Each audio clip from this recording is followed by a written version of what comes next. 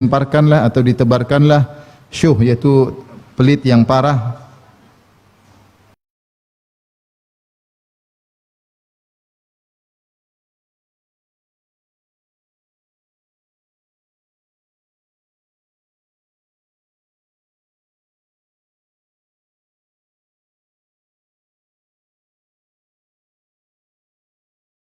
Wa Yunus wal Laits wa ibnu akhi Az-Zuhri an Az-Zuhri an Humaid an Abi Hurairah Nabi sallallahu alaihi wasallam. Ya.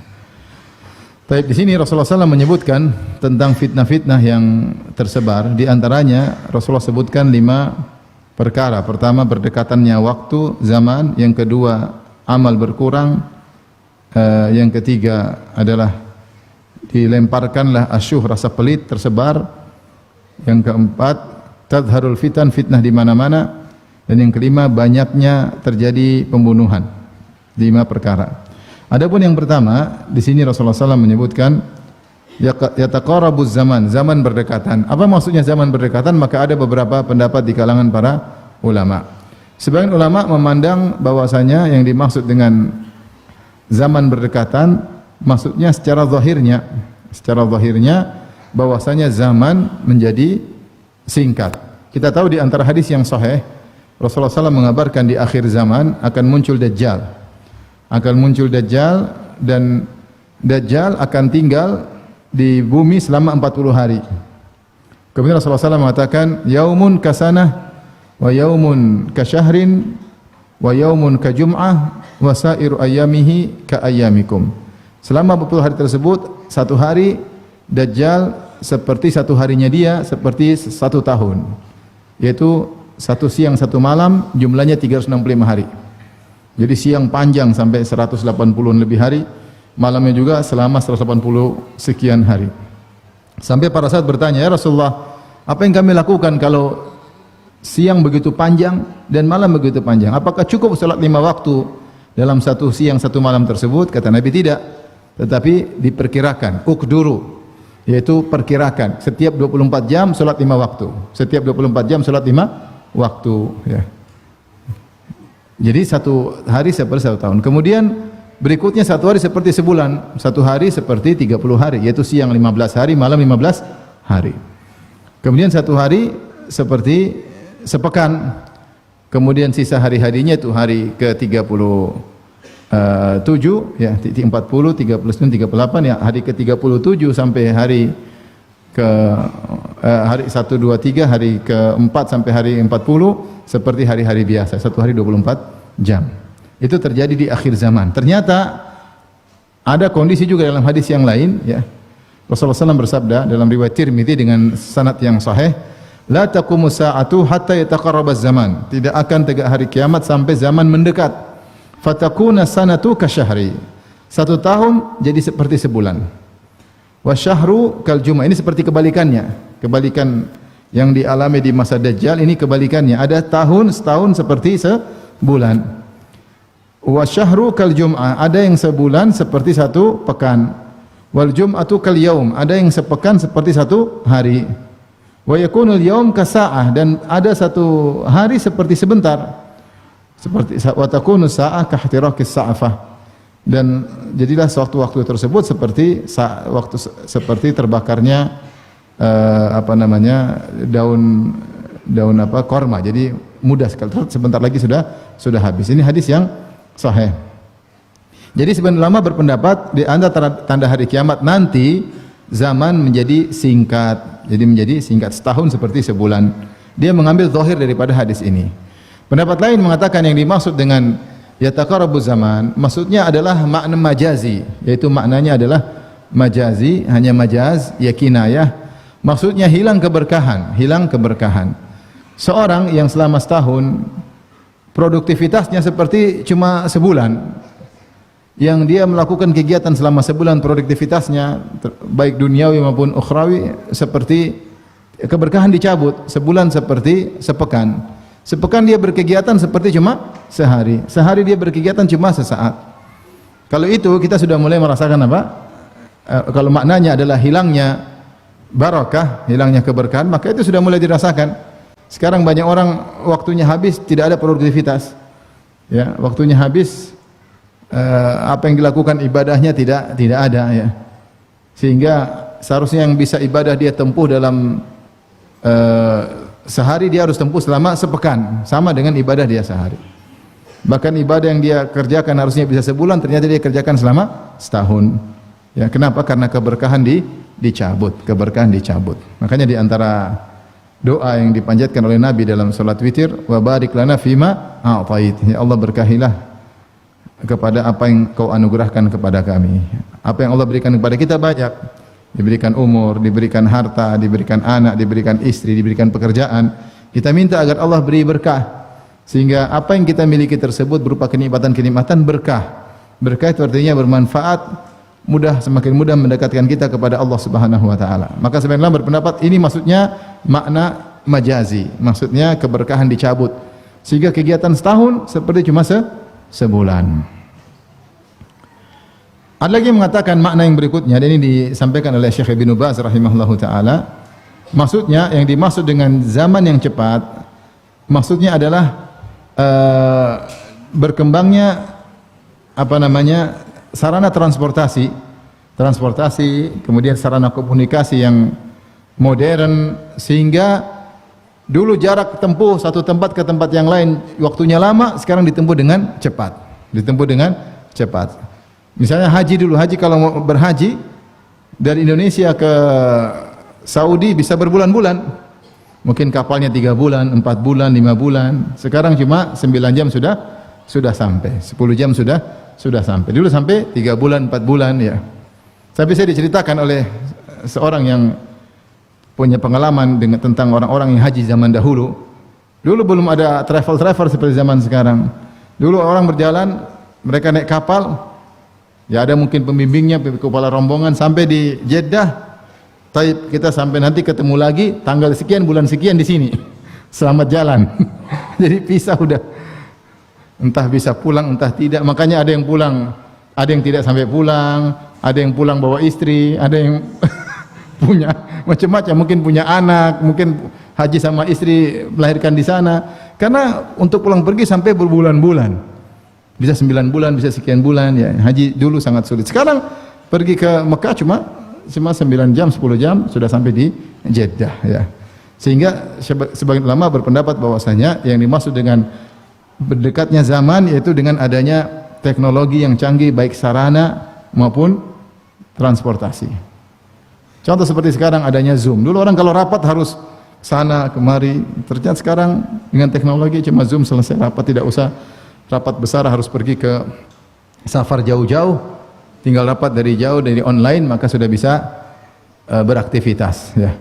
Dan ini diisyaratkan sebagian ahli tafsir seperti Syekh Sa'di Ibn Sa'di rahimahullah taala menafsirkan firman Allah ya dalam surat An-Nahl ayat 8, kata Allah, wal khayla wal bighala wal hamira litarkabuha wa zinah wa yakhluqu ma la ta'lamun.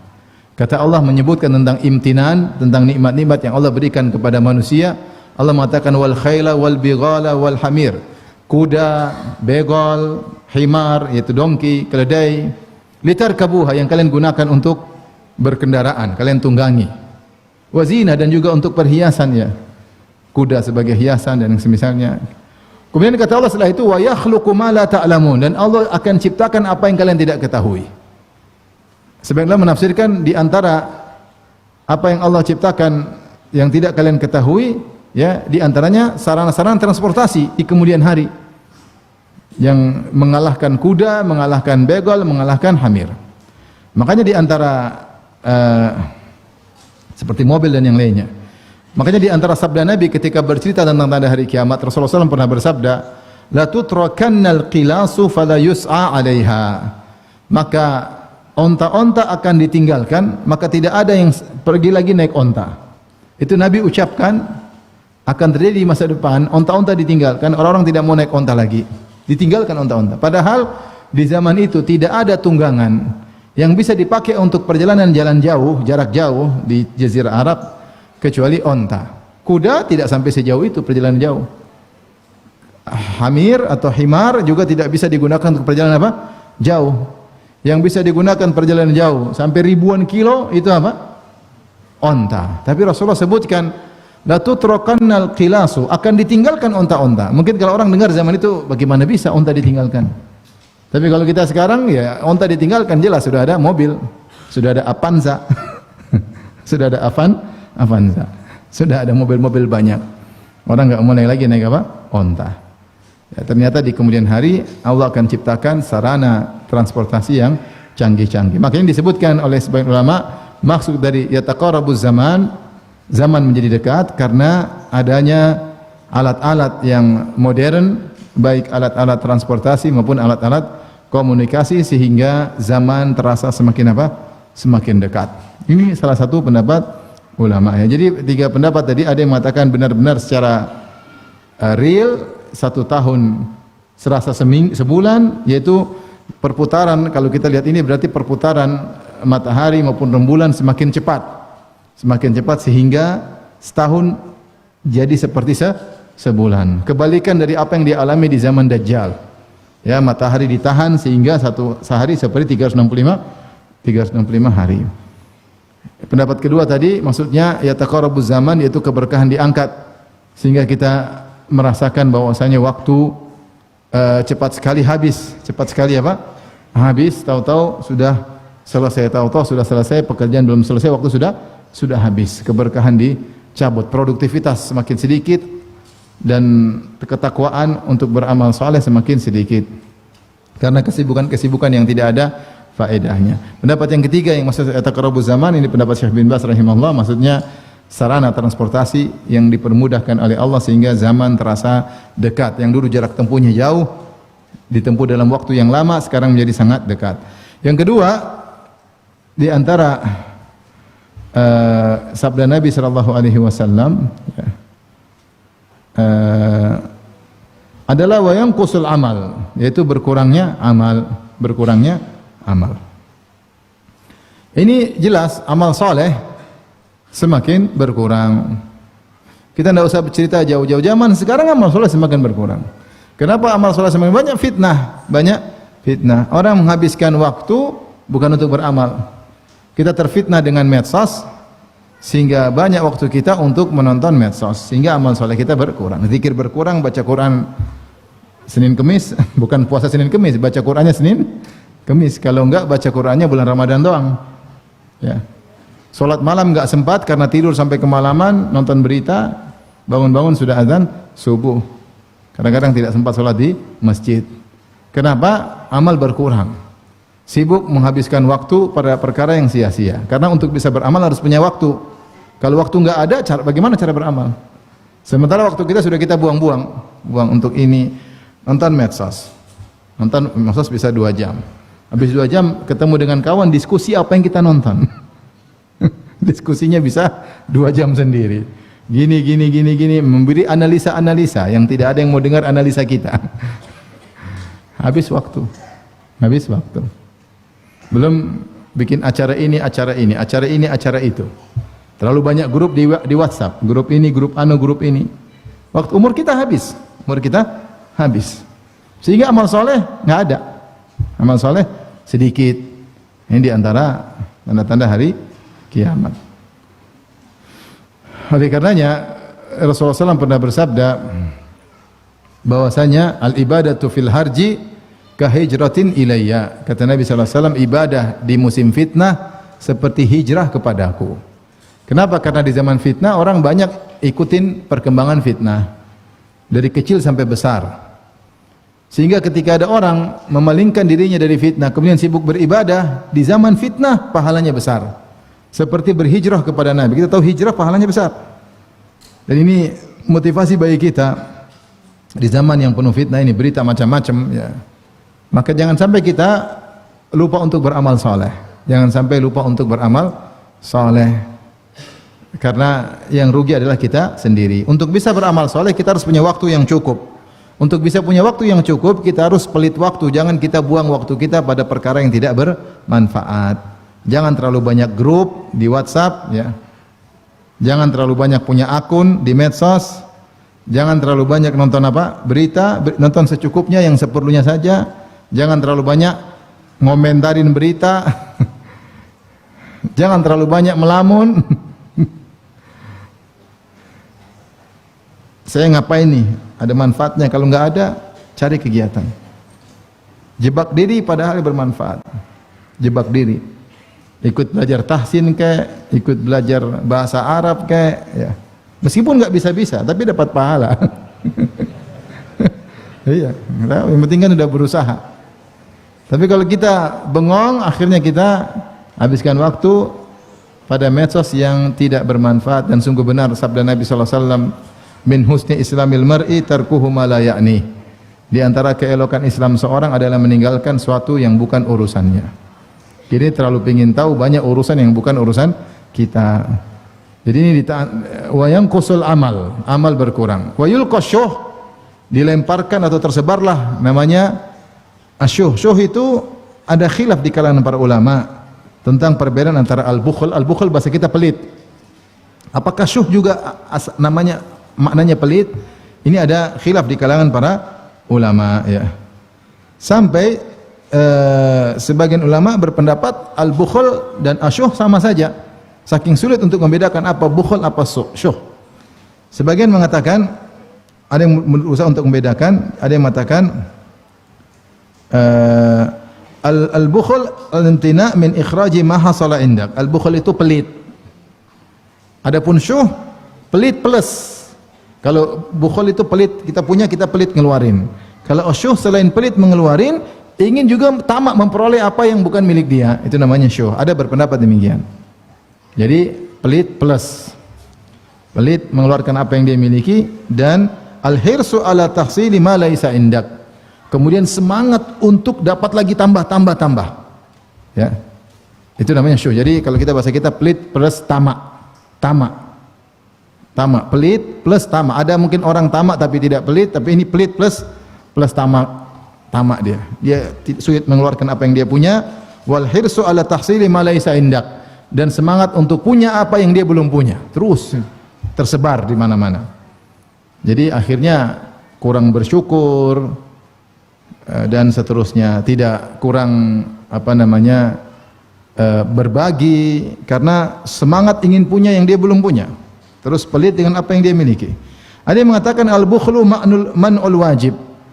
Pelit maksudnya tidak melakukan kewajiban. Ada sedekah wajib tidak dia keluarkan, ada nafkah wajib dia tidak keluarkan. Sampai istrinya jadi kurus, kasihan. Harusnya makan 3 kali, dikasih makan 2 kali. Saking pelitnya orang tuanya tidak diurus, saking pelitnya orang tuanya sakit tidak diobati, padahal wajib bagi dia untuk merawat orang tuanya ketika dia mampu, orang tuanya tidak mampu. Pelit dia.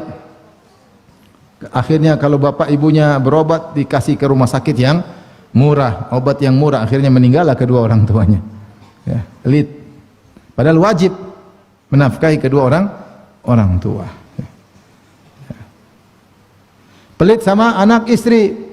Wajib kan kita beri nafkah kepada anak istri, namun dia pelit. Makanya orang pelit itu menderita dan juga membuat orang di sekitarnya menderita. Itu orang pelit. Menderita di dunia, menderita di akhirat karena pelit. Dan tingkat pelit paling berbahaya adalah pelit terhadap diri sendiri. Ada orang pelit sama orang, tapi dia sama dirinya dia royal. Ya. Sama dirinya dia royal, tapi sama orang lain dia pelit. Ada model seperti itu. Ada yang lebih parah, sama dirinya sendiri juga pelit. Sama dirinya juga sendiri pelit. Ini lebih parah seperti ini. Ini membuat dia menderita dan menderita juga orang di sekitarnya. Sampai dikatakan orang pelit itu ya'ishu aisyal fuqara wa yuhasabu hisabal agniya. Hidupnya seperti orang miskin, hisabnya hisab orang kaya. Itu pelit terhadap diri sendiri. Dia punya duit, tapi kalau mau beli sesuatu yang paling murah, yang paling murah. Bukan zuhud tapi pelit. Padahal kata Nabi sallallahu alaihi wasallam, "Idza atakallahu malan falturi atharah." Jika Allah memberikan engkau harta, maka tampakkanlah bahwasanya ada efeknya dari anugerah yang Allah berikan kepada engkau, bukan engkau malah malah pelit. Sampai ada orang saking pelitnya sehingga dia pun seperti tadi, dia berobat pada yang murah-murah, tidak mau, itu mahal itu, akhirnya dia mati gara-gara apa? Gara-gara pelit. Gara-gara pelit. Subhanallah ya. Makanya ada buku judulnya bagus. Judulnya Al-Bukhala, kisah orang-orang pelit. Ratusan orang pelit, kisahnya kalau antum mau baca di situ bagus. Karangan Al-Jahir.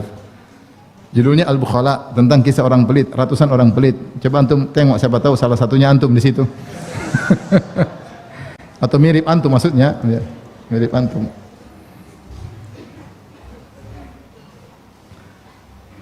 Sebutkan ada orang sangat pelit, pelit sekali. Maka temannya yang dia kaya raya, temannya yang miskin jengkel sama dia. Ini orang kaya tapi pelitnya luar biasa. Akhirnya teman si miskin ini ingin mengajari kedermawanan. Maka dia undang orang kaya tadi di rumahnya, dia siapkan makanan yang enak. Pokoknya biar kamu tuh tahu diri udah kaya raya, jarang ngundang orang. Saya ini miskin aja bisa ngundang kamu gitu loh. Diundanglah orang kaya tersebut, dibuat makan enak. Akhirnya kaya itu datang, saking pelitnya dia jarang makan enak. Akhirnya dia makan banyak, makan tidak berhenti, makan. Akhirnya sampai kekenyangan dia muntah. Kekenyangan dia muntah. Ketika dia muntah dia menangis. Temannya nanya, kenapa kau menangis? Sedih, ini ada makanan saya buang katanya. Sedih, sedih makanan terbuang ya. Saking apa? Pelitnya ya. Banyaklah kisah-kisah orang pelit itu banyak ya. Saya juga pernah bertemu dengan sebagian orang seperti itu. Saya pernah diminta tolong. Firanda, tolong saya mau ambil sesuatu barang, bantu saya. Oke. Akhirnya naik taksi, ambil barang, angkat barang berkarton-karton. Saya temani. Naik taksi bayar sendiri, subhanallah. Pelit pertama. Bukannya saya dibayarin, bayar apa? Sendiri. Luar biasa. Saya dipikiran gimana sih orang ini? Ini kan minta saya bantuan. Kita sama-sama mahasiswa. Harusnya kamu ngerti yang minta bantuan, kamu yang bayarin. Ini saya bayar sendiri pulang pergi. Pelit atau tidak? Pelit, tapi orangnya hidup, masya Allah.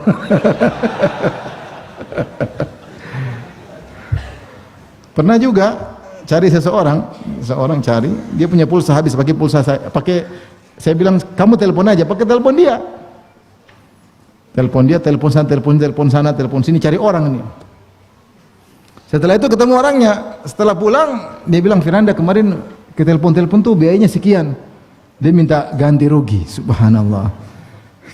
Telepon pakai HP dia untuk cari orang dia. Saya sudah nemani, saya disuruh bayar ongkos apa? Telepon. Allahu Akbar. Ini mau dibilang mimpi tapi ini kisah apa? Kisah nyata. Jadi ada orang pelit memang ada ya. Makanya orang pelit itu dia sendiri susah dan menyusahkan orang di sekitarnya. Saya pernah dengar ada cerita di Idzaatul Quran, ada seorang meninggal, dia kaya raya. Setelah dia meninggal diperiksa hartanya, ternyata banyak, kaya raya. Akhirnya dipanggillah, diberitahu anak-anaknya, ahli warisnya, bergembiralah kalian, ternyata ayah kalian punya harta sekian. Setelah dikasih tahu oleh sang hakim atau petugas yang berwenang bahwasanya bapak kalian hartanya banyak, anak-anaknya marah. Kenapa? Ternyata selama ini mereka hidup susah. Mereka kira bapak mereka apa? Miskin. Ternyata bapak mereka apa? Kaya. Makanya orang kalau pelit itu dia sendiri tersiksa dan orang di sekitarnya juga tersiksa. Ada orang pelit, ini kisah nyata ini. Orang pelit, istrinya bawa mobilnya, tabrakan telepon, Abi saya tabrakan. Mobilnya gimana? Ditanya pertama mobilnya. Bukan istrinya, kamu sehat atau enggak? Ada yang patah atau tidak? Enggak. Mobil gimana? Saking pelitnya, yang pikiran dia mobilnya selamat dulu daripada istrinya. Istrinya masih bisa diganti mungkin. Jadi pelit, ada yang membedakan antara pelit dengan syuh. Al-bukhlu man'ul wajib. Kalau pelit itu suatu nafkah wajib dia kurangi, dia tidak tunaikan. Asyuh lebih parah. Asyuh man'ul mustahab. Ya, asyuh lebih ringan. Syuh man'ul mustahab. Di sini syuh lebih ringan, bahwasanya yang sunnah tidak dia, yang wajib aja dia tunaikan, adapun yang sunnah tidak dia tunaikan, lebih ringan. Ini tafsiran yang kedua. Intinya ada yang mengatakan sama saja, tidak ada bedanya antara bukhul dengan syuh. Secara umum syuh adalah pelit, mungkin disertai dengan tamak, dan ini tersebar orang pelit dengan satu dengan yang lainnya ya. Saudaranya susah, tetangganya susah, kerabatnya susah, dia tidak peduli. Pelit ditebarkan di hati-hati manusia. Ini diantara tanda-tanda hari kiamat. Kemudian watadharul fitan, muncul fitnah-fitnah. Ya, secara umum ya, di mana-mana fitnah, ya mungkin baik fitnah syahwat maupun fitnah syubhat. Kemudian yang terakhir kata Rasulullah sallam, wa yakthurul harju. Terjadi banyak pembunuhan di sana sini ya.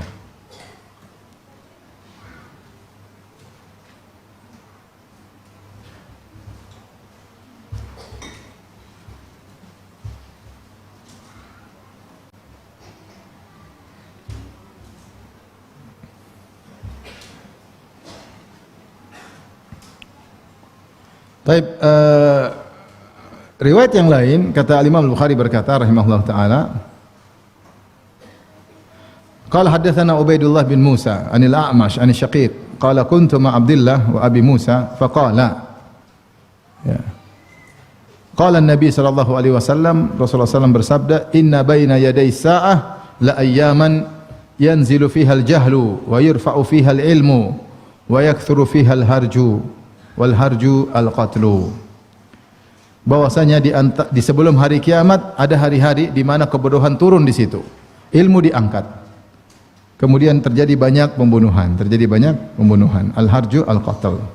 Demikian juga riwayat berikutnya. Imam Bukhari berkata, qala hadatsana Umar bin Hafs, qala hadatsana Abi, qala hadatsana Al-A'mash, qala hadatsana Syaqiq, qala jalasa Abdullah wa Musa fatahaddatsa faqala Musa qala Nabi sallallahu alaihi wasallam, Abdullah dan Abu Musa mereka sedang berbicara, kemudian Abu Musa Al-Asy'ari radhiyallahu anhu berkata, qala Nabi sallallahu alaihi wasallam, Rasulullah sallallahu bersabda, inna baina yaday sa'ah, di sebelum terjadinya hari kiamat, ayyaman, ada hari-hari, yurfa'u fiha al-ilmu, ilmu diangkat, wa yanzilu fiha al-jahlu, kebodohan diturunkan, wa yaktsuru fiha al-harju, dan banyak pembunuhan, wal harju al-qatlu.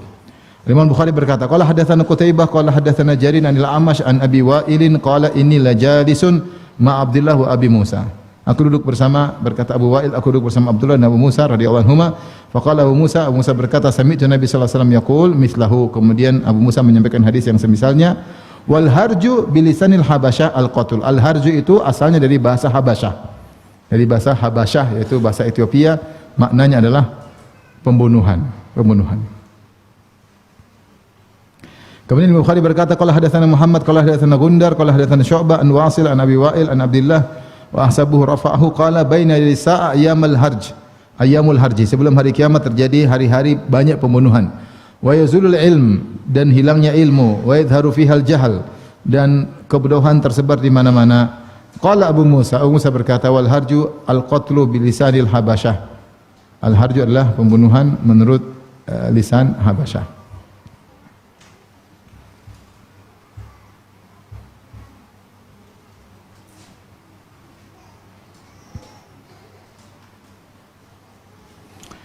Dalam hadis ini tadi Rasulullah SAW menyebutkan di antara tanda hari kiamat adalah yanzilu fihal jahlu, ada hari-hari di mana kebodohan tersebar, wa yurfa'u fihal ilmu, ilmu diangkat. Ya, ada hari-hari tersebut. Ya. Jadi banyak kebodohan di mana-mana dan ilmu diangkat. Makanya kita dapati ada suatu zaman, ya, sekarang alhamdulillah ilmu mulai berkembang, tapi ada satu zaman pernah kita lewati ilmu sangat sedikit. Banyak orang terjebak dalam kebodohan. Ya, tidak tahu hukum riba misalnya, tidak tahu hukum ini, tidak tahu ya. Sebagian mereka ada yang tidak tahu hukum salat, bergampang-gampangan meninggalkan salat, tidak ngerti hukumnya. Tapi ada saya ketemu seorang, dia pensiunan amal riba, pensiun amal riba. Dia cerita bahwasanya dia dulu sering manggil ustadz untuk ceramah di tempat kerjanya. Tapi ustadz tersebut tidak pernah bicara tentang haramnya riba sampai dia pensiun. Setelah dia pensiun baru dia ngaji, lah ternyata riba selama ini nggak tahu. Dia nggak tahu. Sekian puluh tahun dengar pengajian tidak ada yang bahas tentang apa? Haramnya apa? Riba. Dan benar, haramnya riba itu baru saja setelah sebagian ustadz getol membahas tentang haramnya riba sehingga banyak orang-orang yang meninggalkan riba. Sebelumnya nggak ada yang tahu. Ini contoh, maksudnya kejahilan tersebar di mana-mana. Sama di masa-masa sebelumnya, kita nggak pernah dengar namanya musik itu haram. Hampir nggak ada yang tahu. Nggak ada dengar musik itu haram. Makanya waktu saya pernah nanya sama seorang ustadz, ya, ustadz saya di Sorong di Papua. Saya bilang, Ustadz, saya lagi ditugaskan untuk bagian hiburan di suatu acara Islami. Ya. Tapi kalau saya maju nanti saya ujub, Ustaz, gimana hukumnya? Kata Ustaz, musik itu haram. Subhanallah. Serius Ustaz? Kaget saya. Selama hidup saya enggak pernah dengar musik itu haram kecuali dari Ustaz ini. Ketika saya kelas 3 SMA. Saya baru tahu musik itu haram. Sebelumnya enggak ada yang enggak tahu. Lah ke Jawa, ke Jogja baru mulai dengar, oh ternyata ada yang bilang musik itu apa? Haram. Artinya kejahilan tersebar di mana-mana. Ya. Kita baru mengerti namanya tauhid, namanya sunnah. Ya. Dulu orang-orang tidak tahu, orang-orang tidak tahu. Ya. Menunjukkan kejahilan tersebar di mana-mana. Dan betapa banyak orang ahli dalam ilmu dunia, namun ilmu syariat tidak mengerti. Yang dimaksud ilmu di sini maksudnya diangkat ilmu syariat, kejahilan tentang syariat. Kalau ilmu dunia terus berkembang. Tapi maksud Nabi adalah terkait dengan ilmu apa? Syariat, ilmu syariat. Adapun di antara tanda hari kiamat juga wa yaksurul harju. Terjadi banyak pembunuhan, yaitu terjadi banyak pembunuhan, terjadi hilangnya stabilitas keamanan. Sampai Nabi berkata, ya'ti 'alan nasi zamanun la yadril qatilu fima qatal. Akan datang suatu zaman di mana seorang pembunuh tidak tahu kenapa dia membunuh. Dia cuma jalanin perintah, kenapa dia membunuh dia enggak tahu. Walal maqtul fima qutil, dan yang terbunuh enggak ngerti kenapa saya harus dibunuh, kenapa saya yang dibunuh, dia enggak ngerti. Saking stabilitas hilang. Yang bunuh enggak tahu kenapa dia membunuh, yang dibunuh tidak tahu kenapa dia dibunuh.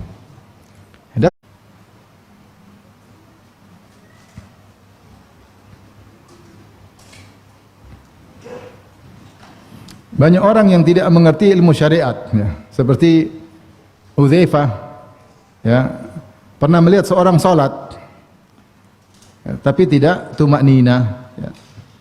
Maka Udzaifah berkata, "Mudz kam tusalli hadhihi salat?" Sejak berapa lama kau salat dengan model salat seperti ini?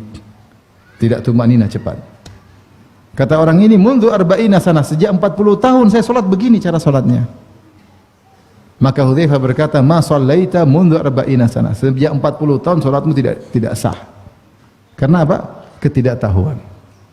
Tidak mau belajar, ya.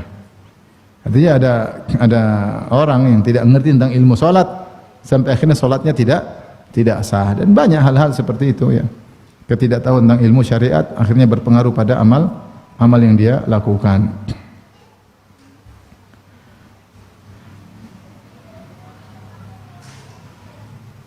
Baik, hadis berikutnya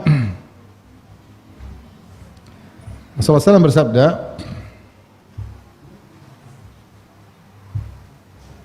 atau qala Abu Awanah an Asim an Abi Wa'il anil Ash'ari annahu qala li Abdullah ta'lamul ayyam allati dzakara an-nabi sallallahu alaihi wasallam ayyamal hajj nahwahu. Qala Ibnu Mas'ud, kata Abu Musa al-Asy'ari kepada Abdullah bin Mas'ud, engkau mengetahui hari-hari yang di mana Rasulullah SAW pernah ceritakan, yaitu ayyamul hajj, hari-hari fitnah, banyak pembunuhan atau yang semisalnya.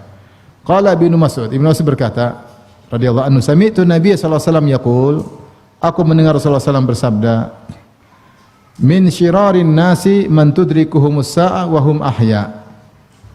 Di antara orang yang terburuk adalah orang yang mendapati hari kiamat sementara mereka dalam kondisi hidupnya. Ini isyarat bahwasanya akan terjadi kerusakan sampai pada puncaknya. Hari kiamat tidak menimpa kecuali orang-orang yang sangat buruk. Kenapa? Orang-orang yang soleh pada meninggal, pada hilang, ya. Karena kebodohan semakin tersebar, ilmu semakin diangkat. Jadilah manusia bodoh tentang ilmu syariat. Bisa jadi tentang dunia mereka di puncak-puncaknya, tetapi ilmu dunia, ilmu agama semakin hilang. Mungkinkah begitu? Mungkin. Kita sekarang lihat aja, ada orang kecerdasan luar biasa tapi nggak ngerti ilmu agama, musyrik banyak. Orang cerdas, penemu ini, penemu anu, ahli astronomi, ahli apa saja dia ahli, tapi ilmu tauhid nol besar, tidak tahu apa-apa. Musyrik luar biasa, bahkan ateis. Jadi ada orang ahli ilmu dunia lupa ilmu agama sangat banyak zaman sekarang, ya, zaman sekarang. apalagi di hari kiamat kelak. Oleh karenanya dalam hadis Rasulullah SAW bersabda, la taqumu sa'atu hatta la yuqala fil ardi hatta la yuqala fil ardi Allah Allah. Tidak akan tegak hari kiamat sampai tidak ada lagi di dunia ini orang berkata Allah Allah, enggak ada lagi. Artinya benar-benar rusak. Makanya di antara tanda-tanda hari kiamat, Ka'bah akan dihancurkan oleh seorang dari Habasyah.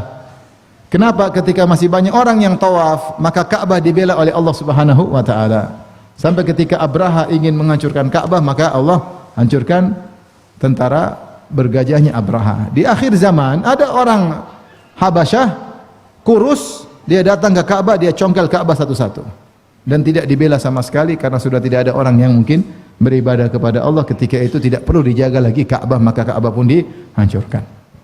Ya, rusaknya menjelang hari kiamat. Ya. Zina tersebar, ya.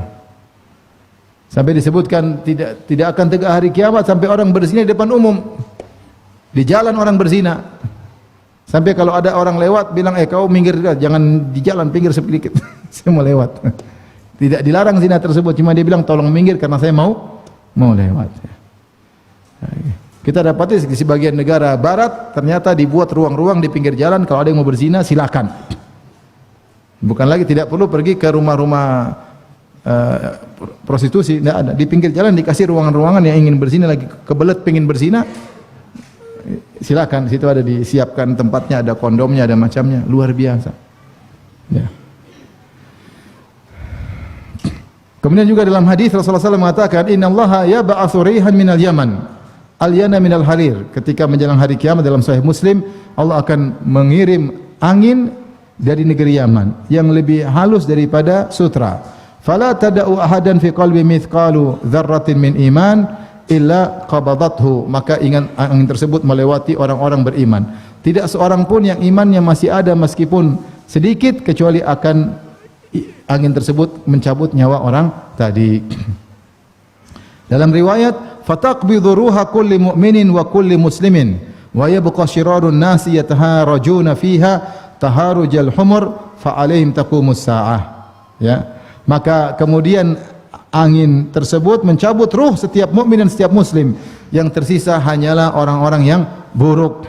Orang-orang yang buruk, yang mereka ribut, saling bertengkar seperti lari ke sana kemari seperti himar, ya.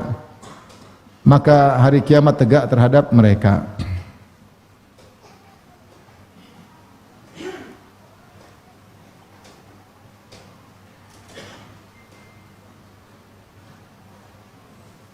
Baik, kita lanjutkan. Bab berikutnya, bab la ya'ti zamanun illa alladhi ba'dahu syarrun minhu. Berapa menit lagi maghrib? Berapa menit lagi maghrib? 10 menit. Bab tidaklah datang suatu zaman kecuali yang setelahnya lebih buruk daripada zaman sebelumnya.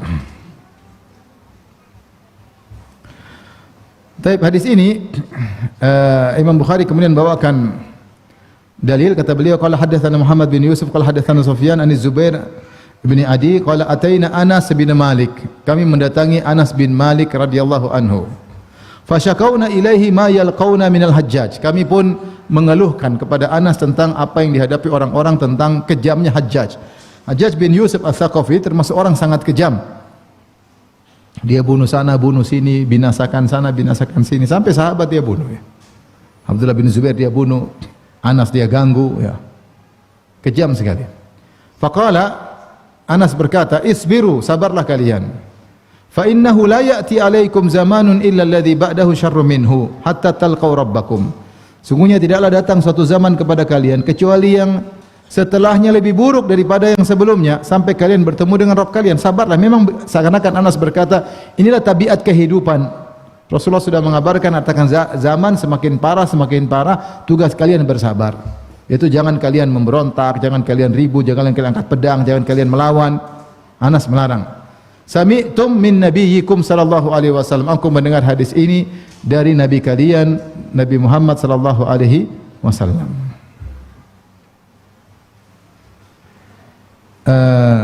Jadi di zaman tersebut ya, ada seorang yang sangat kejam ya, yaitu Hajjaj bin Yusuf Ats-Tsaqafi.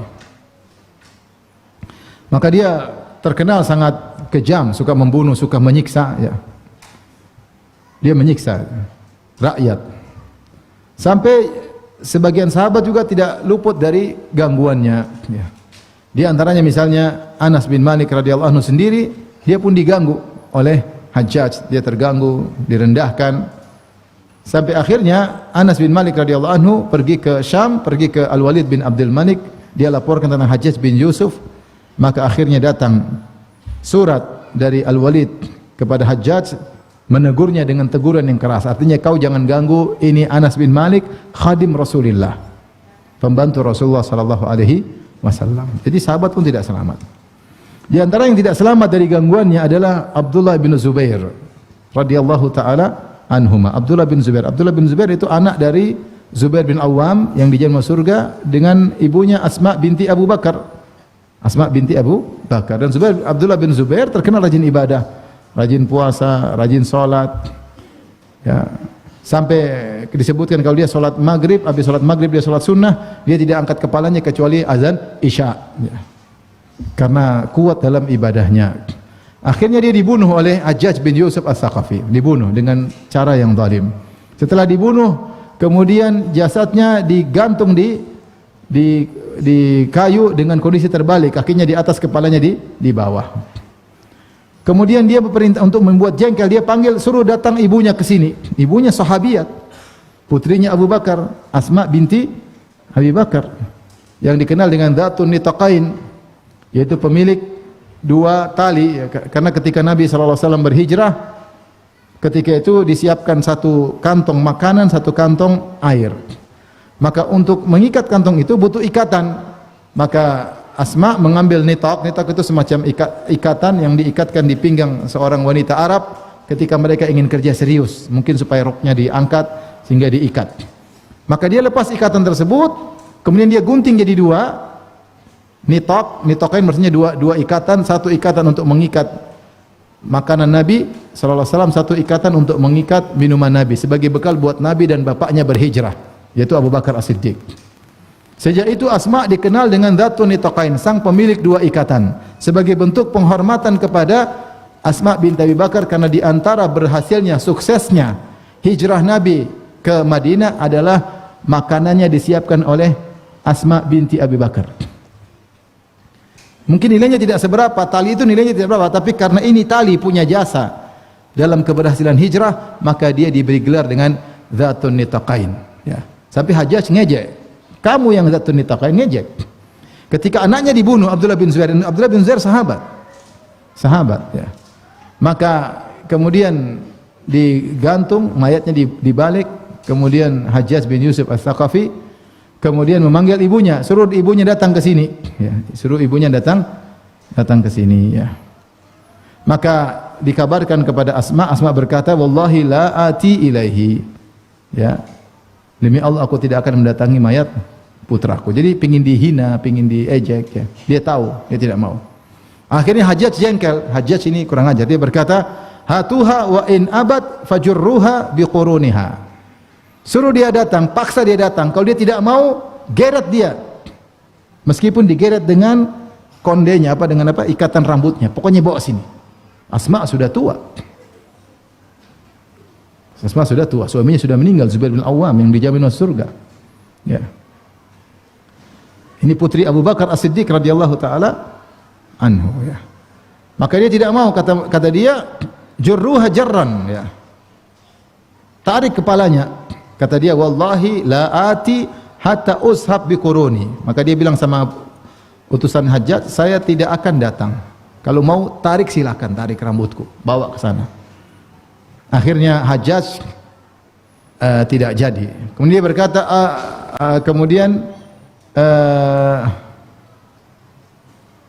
akhirnya diperlihatkanlah kepada, kata Hajjaj, ambil itu sendalnya Abdullah bin Zubair. Mana sepatu atau sendalnya Abdullah bin Zubair? Ini.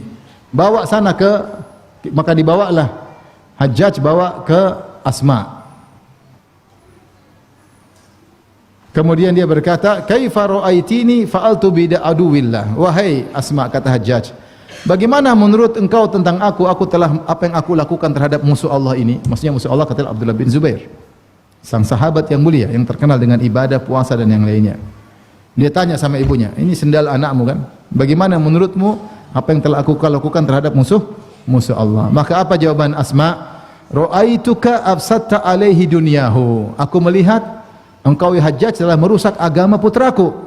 Wa afsada alaika dinak, tapi putraku telah merusak, engkau telah merusak dunia anakku. Engkau telah merusak dunia anakku, itu kau bunuh, kau siksa. Tapi aku lihat dia anakku telah merusak agamamu. Telah merusak apa? Benar dunia anakku rusak, tapi agamamu yang ikut rusak. Kemudian dia menyampaikan ya suatu hadis. Kata dia setelah itu, "Amma dunyahu fa afsadtaha wa qataltahu." Adapun dunia anakku telah kau rusak, kau telah membunuhnya. "Amma huwa fa bi'lik fa fi bi'lika fa bi fi'lika fasada alayka dinuka." Dengan perbuatanmu terhadap anakku maka kau telah rusak agamamu. "Walakin ya Hajjaj, wahai Hajjaj, haddatsana Rasulullah sallallahu alaihi wasallam, aku telah mendengar hadis Rasulullah sallallahu alaihi wasallam. Beliau bersabda, "Inna fi Thaqif kadzaban wa mubiran." Sungguhnya dari kabilah Thaqif ada dua orang, satu pendusta dan satu adalah orang yang fasik, yang kejam, suka menumpahkan darah.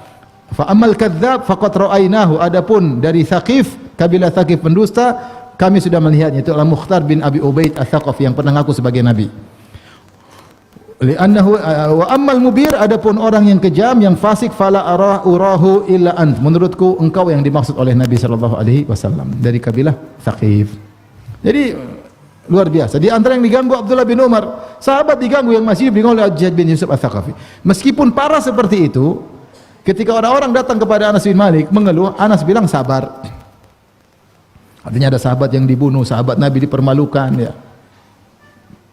Putri Abu Bakar dipermalukan, dihina oleh Hajjaj bin Yusuf. Tapi ya, tetap Anas mengatakan sabarlah. Bahkan dia mengatakan tidak datang satu zaman kecuali zaman setelahnya lebih buruk daripada yang sebelumnya. Sabar sampai kalian bertemu dengan Allah Subhanahu wa taala. Maksudnya, jika terjadi fitnah, hati-hati, jangan sampai kita terprovokasi kemudian ikut angkat pedang, kemudian terjadi pertumpahan darah. Sabar aja, sabar. Ya. Maksud saya kasih gambaran bagaimana sahabat bertemu dengan zaman pemerintah yang kejam di zaman mereka. Tapi apakah mereka memprovokasi massa untuk memberontak, mengangkat senjata, berbunuh-bunuhan antara kaum muslimin? Enggak. Kata mereka sabar. Sampai ketemu dengan Allah Subhanahu wa taala. Fitnah mau diapain? Kenapa zaman rusak? Ya sudah, Rasulullah sudah mengabarkan tidak ada satu zaman kecuali yang datang lebih buruk daripada yang sebelumnya. Yang setelahnya lebih buruk pada sebelumnya. Taib.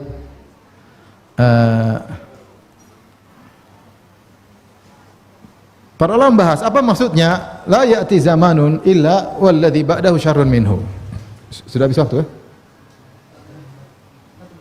1 menit lagi. Para ulama menyebutkan kenapa, apa yang dimaksud satu zaman lebih buruk daripada yang datang, lebih buruk daripada yang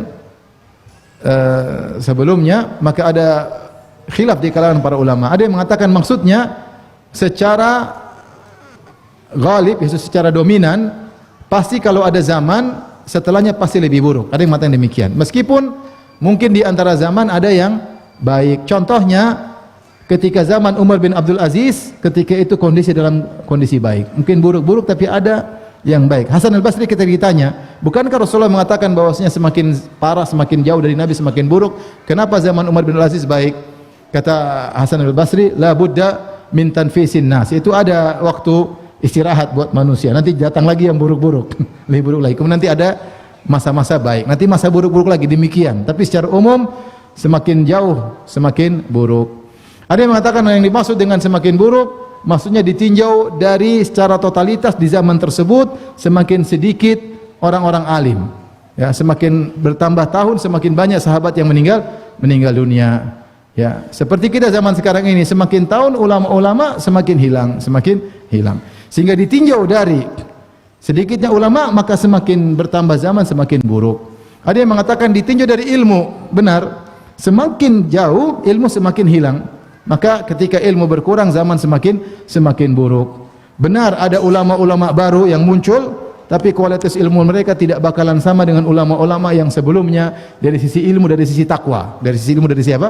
Takwa. Ada terkadang ulama mungkin ilmunya hebat, takwanya tidak seperti ulama-ulama dahulu. Apalagi ilmunya juga tidak sehebat ulama-ulama yang dahulu. Ditinjau dari hal tersebut bahwasanya zaman semakin buruk. Wallahu ta'ala alam bisawab. Kita salat maghrib dulu, insyaallah kita lanjutkan pembahasan kita.